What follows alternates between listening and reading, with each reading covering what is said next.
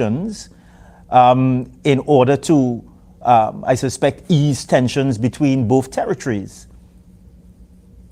Well, I have no doubt that an issue might be raised, but what Guyana needs to do when the issue is raised is to point out that we're guided by the Geneva Agreement and the UN Charter. And as a result of that, the matter is properly before the International Court of Justice, and therefore it should remain there for settlement rather than any attempt to be involved in negotiating on the issue. Yes. Other issues can be negotiated upon, but the matter is before the ICJ, and there is where it should be resolved. But Mr. Norton, isn't there an issue there, a dilemma for Guyana really? Because if Venezuela is saying, look, we don't acknowledge any ruling or any decision of the ICJ, then how does Guyana even have a conversation as to what is happening? Let me say that the International Court of Justice is one of the institutions of the United Nations. Once you are a member of the United Nations, then you subscribe to the Charter of the United Nations. Venezuela can say what it wants about the outcome, but we as a small nation recognize that there is a place for international law in this world. And we have got to utilize international law and mobilize the support of the international community in support of our just position that the arbitral award of 1899 settled the Guyana-Venezuela territorial controversy, and that we have tried over the years, good officers, we've tried a number of mechanisms, none of them have worked. In 2018, the matter was placed before the International Court of Justice. The merits of the case will be heard, and then there will be a decision by the International Court of Justice. And we urge Venezuela, urge Guyana, all to abide by the ruling of the International Court of Justice. I don't want to be preemptive as to what Venezuela will do, though I've seen signals that they intend not to accept the outcome. But as a matter of course, we need to follow the law, do what is being done, and then when we meet the point of the ruling, we deal with that at that time. But for now, one has to make the assumption that Guyana and Venezuela subscribe to the ICJ. They're both before the ICJ. The case will be heard on its merits, and then a decision will be taken, and the next steps will have to be worked out. Yeah. Mr. Opposition Leader, if you would allow me, there's a story in the Daily Express today, and it says former Commonwealth Secretary General Sir Sridhar Ramphal said yesterday that false expectations should not be encouraged in the talks on Thursday between President Ali and the President of Venezuela, Nicolas Maduro. Your perspective on that statement of Sir Sridhar Ramphal? Well, you know, he's the doyen of international relations in the Caribbean. He's very experienced, and one has to take what he says into consideration. That apart, foreign policy has to have a structured approach. In fact, were I to advise President Ali, I would have said to him, the first step should not have been a summit. The first step should have been officials in the Ministry of Foreign Affairs in Guyana, the Ministry of Foreign Affairs in Venezuela, discussing.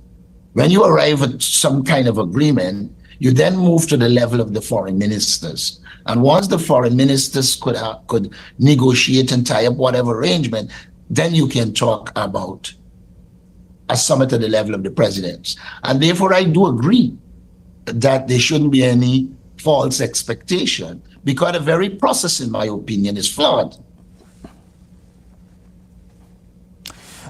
Mr. Norton, earlier as we began speaking this morning, you mentioned tensions between both countries, but as you go out into the communities in Guyana, What is the feeling of the Guyanese people out there? What are they feeling? Well, I spent last weekend in Essequibo, and from the feelings in Essequibo, one, a lot of Guyanese, or most, if not all the Guyanese I spoke with, do not want Essequibo to fall under Venezuela. They see Essequibo as the territory of Guyana. And so I have no doubt that the people who populate Essequibo, they have no interest in Venezuela being in that area. I think they reject totally the view that Essequibo can become some state of Venezuela. However, having said that, you also pick up from the Guyanese people that they need peace. They need a reduction in tension. It is in that context that I have said we just cannot close off all dialogue. Mm-hmm. You have to have some form of dialogue. Of course, you have to be specific on what you want to dialogue. But in this modern world, one needs to have dialogue. One needs to narrow the differences between the two sides and create a platform for peace. Let us not forget, a war is not an easy thing. And once it starts, it is not an easy thing to finish. And that is why, as leader of the opposition, I have opted to support mechanisms that will bring peace in this region and maintain that peace. That having been said, it should not prejudice the fact that the arbitral award of 1899 settled the Guyana-Venezuela territorial controversy, and Venezuela for 124 years now acknowledged Essequibo is being governed by us and it is ours. In 1962, when it made the claim, the British said, because we were still a colony, through the Geneva Agreement, here is an opportunity for you to bring your facts. Venezuela has never provided any facts. And we do believe that this matter before the International Court of Justice will be decided in Guyana's favor because all the facts are on our side. The Venezuela participated in the 1905 Boundary Commission. It participated in the 1931 establishment of the trijunction point between Venezuela, Guyana, and Brazil. We've seen that they have produced stamps that accepted that border. One must not forget that when the award was made in 1899, Venezuela celebrated it as a victory because Guyana lost territory to Venezuela. And Venezuela got the Orinoco Basin, and they celebrated it. And therefore, there is a lot of evidence to suggest that Venezuela, over the years, accepted the arbitral award, and now they are coming with a spurious claim, which we reject and will continue to reject. And of course, Mr. Norton, it is absolutely not a new issue. But what do you think has contributed to this renewed interest in the Essequibo region from the Venezuelans? I see you smiling. Because I think all and sundry know that this is one of the wealthiest areas in Guyana. It has oil, it has forestry resources, gold, diamond, etc. And Venezuela's greed, I think, has recently accentuated the situation. Now, you don't have to be a rocket scientist to know that what Venezuela is eyeing is the resources in Guyana. And a good idea to tell you how Venezuela is thinking. In the very arbitral award of 1899, Venezuela lost territory to Brazil. But until a day like today, they never ever raised any issue about the land that they lost to Brazil. Now, if you were saying, based on this document from Malé Provo, that there was a deal then one would have expected logically that you would have contested all the results of the arbitral award. But what you have is a selective approach in which they would have accepted it over the years, but now come to say the section with Guyana is not final, but fails to raise anything about what Brazil got. And so we know that the focus is on our resources. We find ourselves in a position where geographically we are bordered with Venezuela, we are bordered with Brazil. I think one good fortune we have is that Brazil has many countries on its borders, and therefore it is inclined to see borders as sacrosanct. And that, in some opinion, my opinion, can act as a deterrent to Venezuela. But it is something that we have to keep monitoring. The geopolitics is changing fast, very fast, and we have to keep analyzing it in the context of the geopolitical configuration and arrive at our position and advance them based on that. Yeah. And if we can, let's speak a little bit about the position taken by CARICOM in connection with this matter. CARICOM has taken, as I understand it, the position that the arbitral award of 1899 voted Guyana, but I think CARICOM also wants to see a reduction of tension in the area and a peace. It is good intention, but don't forget, the sum of the parts is not necessarily the whole. And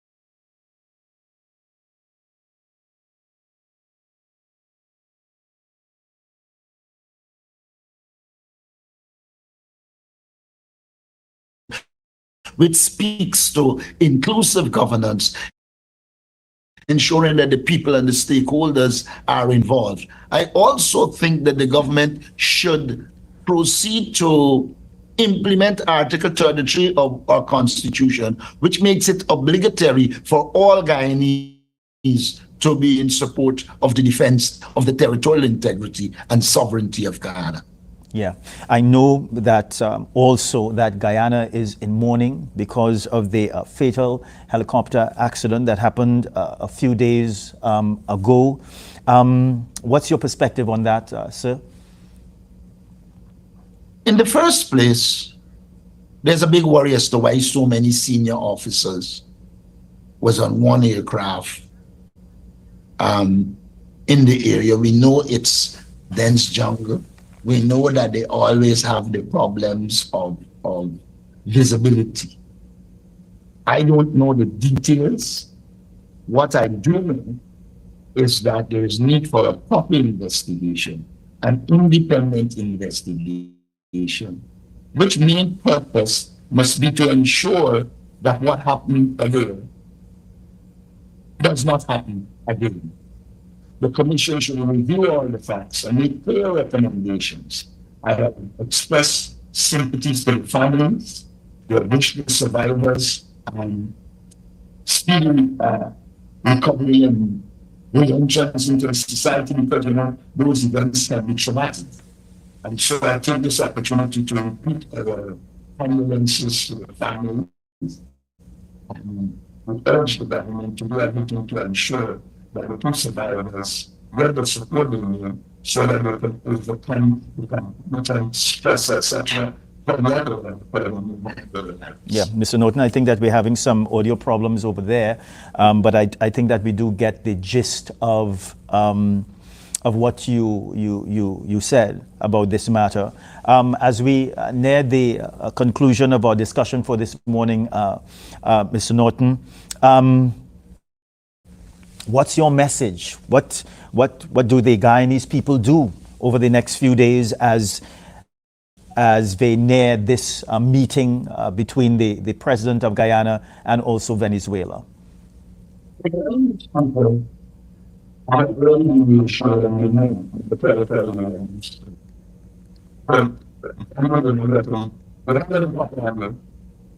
All right, Mr. Norton, I think that we're having some great difficulty in hearing you. Should we try again? Mr. Norton, are you hearing me? Let's see if you're sounding any better. I think, well, Mr. Norton, I think that we have lost you. But here's what, we are going to a very short break and we'll be back with the opposition leader of Guyana, Mr. Aubrey Norton. We're coming back. In one big splash down fiesta. A Caribbean connection. A regional vibration.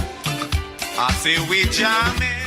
The art of fine chocolate infused with golden rum, paired with the delicate sweetness of plump raisins. Rum and raisin, artfully crafted, a pure masterpiece. Rum, raisins, chocolate. Divine. Imagine Charles. Make your moments magical this Christmas. 'Twas the month before Christmas, the season of chaos, and Donna was worried. She wasn't ready for Christmas. But the everything plan she signed up for one day marked the beginning of gig speeds and the season of giveaways. Home makeovers, groceries, tech, and cash galore for paying her bill and switching to more. What were the chances, Donna thought with a blush. Flo truly meant it when they'd said, Christmas is on us. Dirty sofa? How clean are your rugs? Reduce allergens. Rent or easy-to-use commercial-grade cleaning machines. Deep clean your carpet, mattress, sofa, and vehicles. 24-hour rentals from only $300. Book online or call 318-2665. Bring out the whole family to enjoy Chloe's Christmas Wish, Trinidad's only totally local family movie released just in time for the Christmas season. Showing at all Movie Town and Caribbean Cinemas theaters from Thursday, December 14th. I think I want to have a grand Christmas celebration with plenty food and decorations and friends. Contact the box office for showtime schedules and ticket information. Give the strong magnetic cup this Christmas to rid the body of poisonous matter, stones in the kidney and bladder, stomach burns, and more. The amazing magnetic massage sandal or insole massage the soles of the feet while you walk, relieve pain and tiredness. Magnetic slimmer belt slims the waistline, relieves back and waist pains. Shop now at Modern Caribbean Enterprises Limited this Christmas for special discounts, free giveaways, and $100 off detox spa session. Call 610-9011.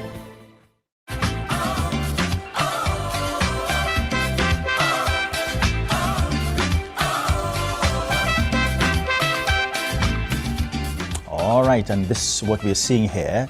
According to Angeli Paris Ramsing, it is a body field in Tortuga, Trinidad. She says it's a beautiful plantation on the hills. So that's booty you're looking at, you know.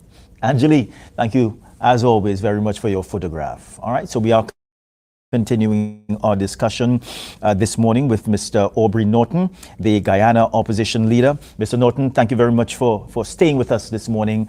We do just have about a minute again. But my last question to you before we went to the break, Mr. Norton, is what should the Guyanese people be doing over the next few days as they await the beginning of this conversation with the Venezuelan president and the outcome of these preliminary talks?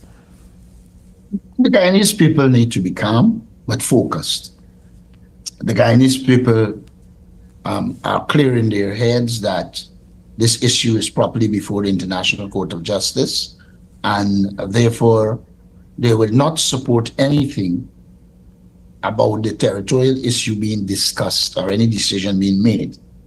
But I would say to the Guyanese people, we should never close the door to dialogue, and that dialogue should be used to bring peace and to ensure that the Latin American Caribbean region remain a zone of peace.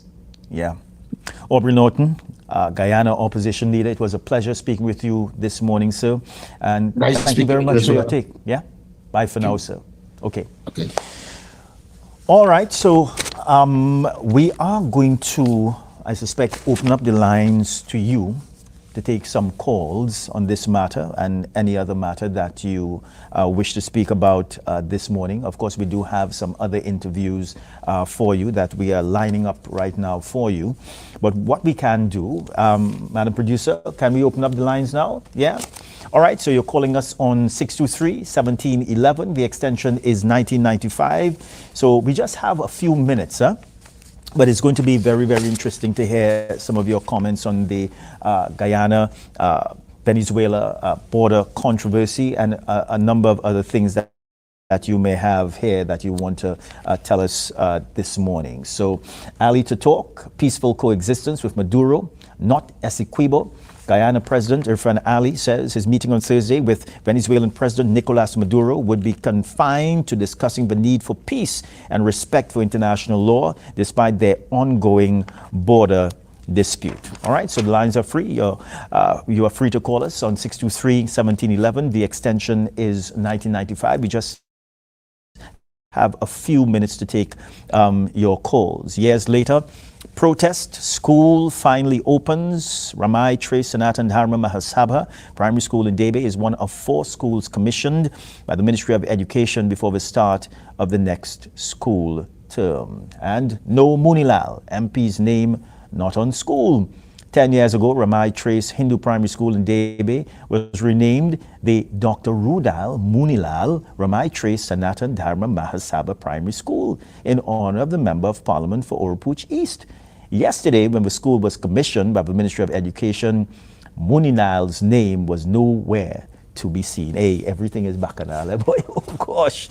You're calling us on 623-1711, the extension is 1995. As we look for some other stories in the Daily Express this morning, an interesting story. Soca star honored by Mayor Marshall gets key to city of San Fernando. So Soca star Marshall Montano was on Sunday presented